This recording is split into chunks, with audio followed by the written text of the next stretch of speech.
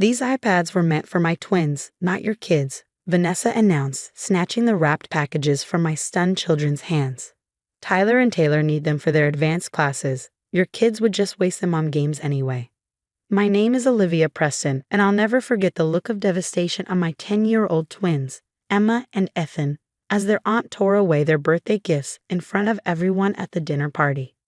Vanessa, those were specifically bought for Emma and Ethan, I said, keeping my voice steady despite my rage. Their grandparents purchased those gifts for their birthday. I can do whatever I want in my house, she cut me off, her perfectly manicured finger pointing toward the door. And right now, I want you and your little budget family to leave. You're ruining the ambience of our dinner party. My husband, Mark, Vanessa's younger brother, finally spoke up. Come on, V, it's the kid's birthday. You can't seriously be. Actually, I am serious, she interrupted. My twins have their piano recital next month, and they need iPads for their sheet music. It's educational, unlike whatever your children would use them for. I glanced at my brother-in-law, David, silently pleading for him to intervene, but he just stared at his plate, avoiding eye contact. The silence was broken by my daughter's sob. Emma couldn't hold back her tears anymore. Ethan put his arm around his sister, trying to be strong even as his own eyes glistened. Let's go, I whispered, taking their hands. We don't need to stay where we're not wanted. The drive home was heartbreaking. From the back seat came the muffled sounds of my children trying to hide their disappointment. They had been looking forward to this birthday dinner for weeks, excited to celebrate with their cousins. Now they were heading home early, without their gifts, their special day ruined. I can't believe she did that, Mark said, his knuckles white on the steering wheel. My own sister. What's happened to her? I didn't answer. I was too busy thinking about the past 5 years, during which Vanessa had steadily become more entitled since David's promotion at the investment firm had catapulted them into a new tax bracket. We'll get you new iPads, Mark promised the kids, glancing in the rearview mirror. Better ones. I knew we couldn't afford it. Mark's teaching salary and my part-time nursing job barely covered our mortgage. The twins' grandparents had saved for months to buy those gifts. But I nodded anyway, unwilling to add financial worry to my children's distress. That night, as I lay awake replaying the humiliation, something inside me hardened. I wouldn't allow Vanessa to treat my children like second-class family members anymore. The next morning, I called my in-laws to explain what had happened. As expected, they minimized the situation. I'm sure Vanessa meant well, my mother-in-law said. Those devices are expensive, and Tyler and Taylor are in all those advanced programs. So my children don't deserve nice things because they're not in private school? I asked, trying to keep my tone civil. Of course not, dear, but perhaps simpler gifts would be more appropriate for them. Note your audience, as they say. I hung up feeling even more defeated. The whole family seemed determined to maintain Vanessa's position at the top. Over the next few weeks, I did some research on Vanessa and David's finances. Public records showed their mortgage, tax assessments, and incorporation documents for David's side business. Nothing invasive, just publicly available information that painted an interesting picture. They live like they're making twice what David actually brings home, I explained to Mark. The house, the cars, the private schools, the vacations. I think they're overextended. And if they are, he asked. Then we need to be prepared, I said simply. I'm not looking for revenge, I'm looking for protection for our family. 2 months after the birthday disaster, the first hint that my predictions were correct came from Mark's mother. Has Vanessa asked you for money recently? She inquired, her voice hushed. No, Mark replied, glancing at me. Why? She's asked us for quite a substantial loan. Something about temporary cash flow issues with David's work. After reassuring his mother that we hadn't been asked, Mark hung up and turned to me with raised eyebrows. It's starting, I said quietly. 2 weeks after that call, Vanessa herself reached out. It was the first direct contact since the birthday dinner fiasco. Olivia, I need to speak with Mark, she said when I answered, her voice lacking its usual haughtiness. He's teaching right now. Can I help you with something? A pause. We're having a small financial setback. David's firm is restructuring, and his position has been temporarily affected. I was hoping Mark might be able to help us with a short-term loan. I kept my voice neutral. How much are you looking for, Vanessa? 50,000, she replied, as if asking to borrow sugar. Just until David's situation stabilizes. We have the children's private school tuition due next week. I nearly choked. $50,000 was more than Mark made in a year. That's a substantial amount. I'll have to discuss it with Mark. Please do, she said curtly. And Olivia? This stays between family. No need for anyone to know about our temporary situation. After hanging up, I immediately called Mark at school. When he heard the amount Vanessa was requesting, he was speechless. We don't have that kind of money, he finally said. Even if we wanted to help her, which I'm not sure we do after how she treated our kids. I know, but this confirms what I suspected. They're in serious financial trouble. That evening we learned just how serious. Mark's father called, agitated and upset. David's been let go, he said.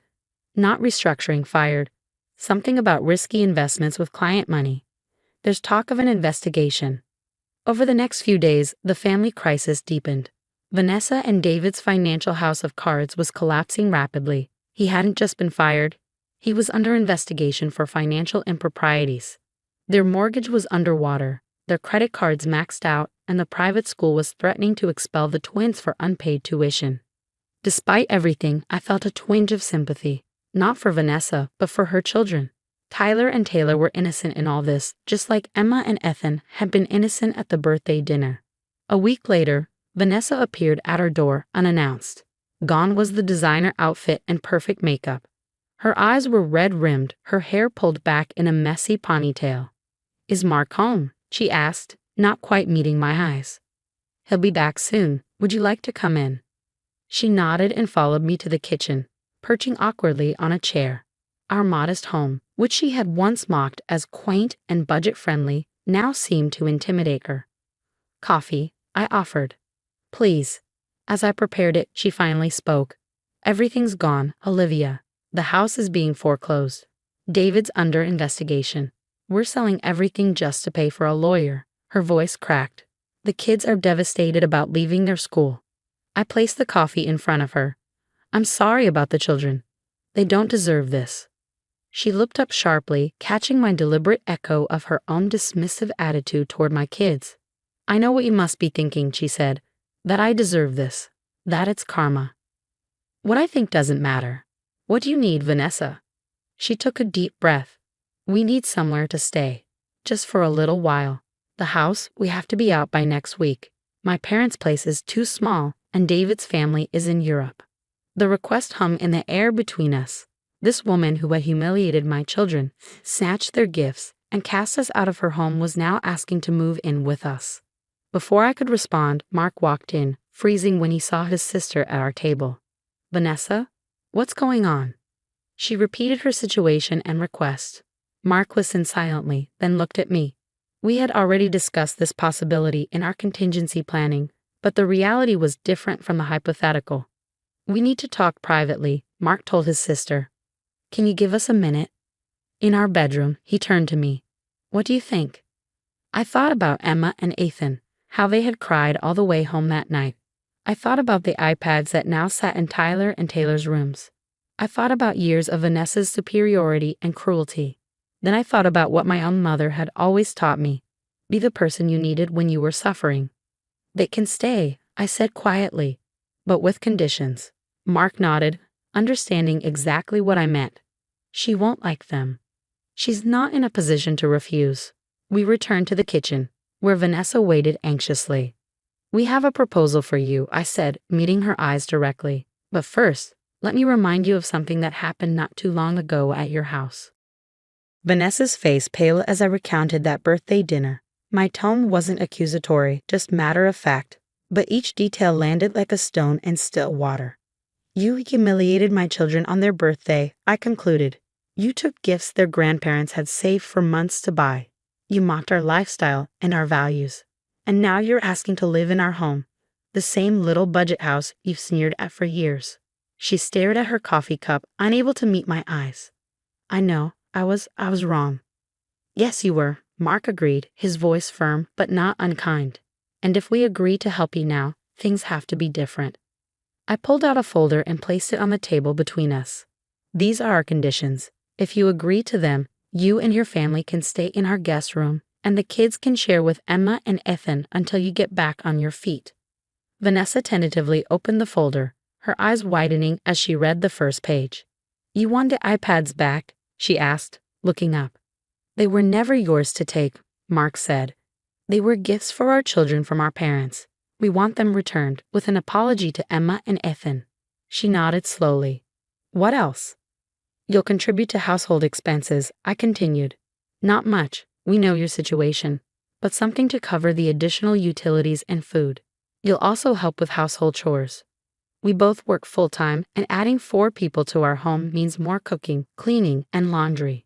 Vanessa continued reading, her expression shifting between disbelief and resignation. You want Tyler and Taylor to attend public school with your kids. It makes the most sense financially, Mark explained. Emma and Ethan go to the school where I teach. It's a good school, Vanessa. Your kids will be fine there. The final condition made her pause the longest.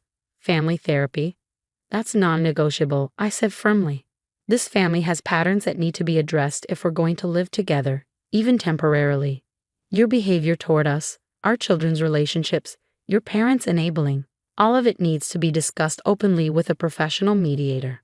Vanessa closed the folder, her hands shaking slightly. You've clearly thought this through. We have, Mark confirmed. Because despite everything, your family, we want to help you, but not at the expense of our own children's well-being or our self-respect.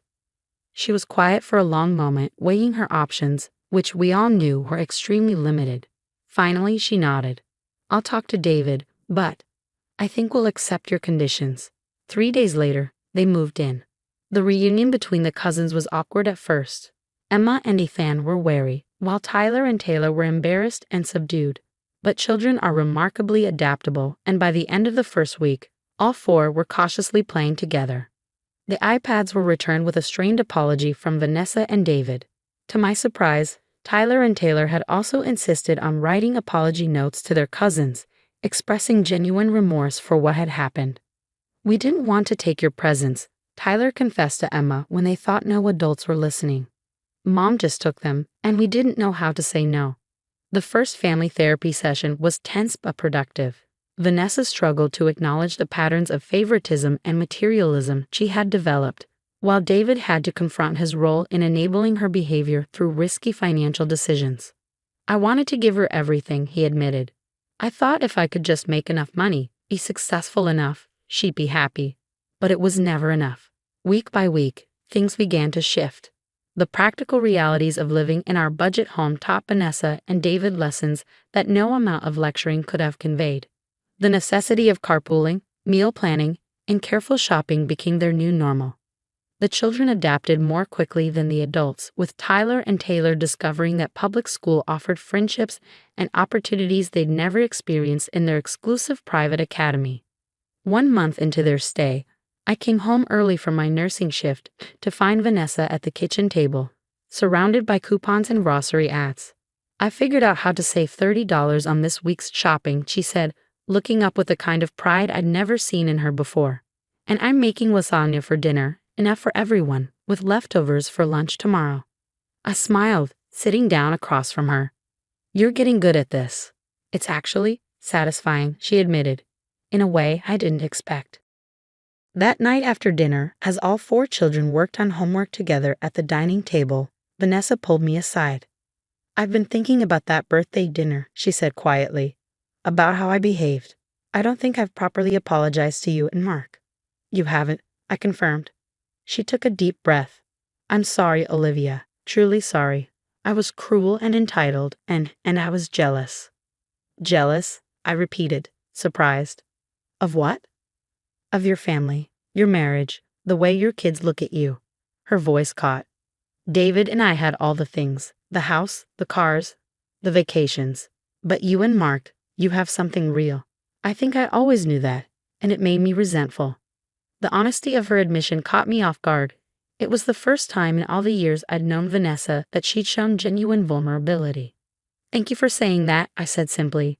2 months after they moved in, David found a new job. It didn't pay nearly what he'd made before, but it was honest work with a stable company. Vanessa started working part-time at a local boutique, discovering she had a talent for styling and customer service. when she wasn't looking down on the clientele.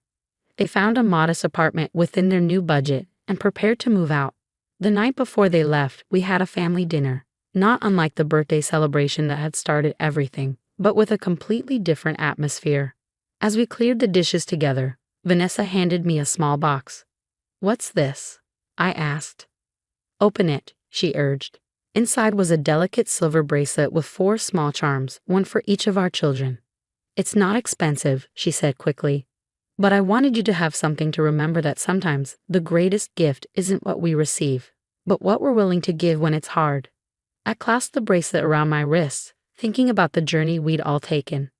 "Who would have thought," I said with a smile, "that losing everything would help you find something better?"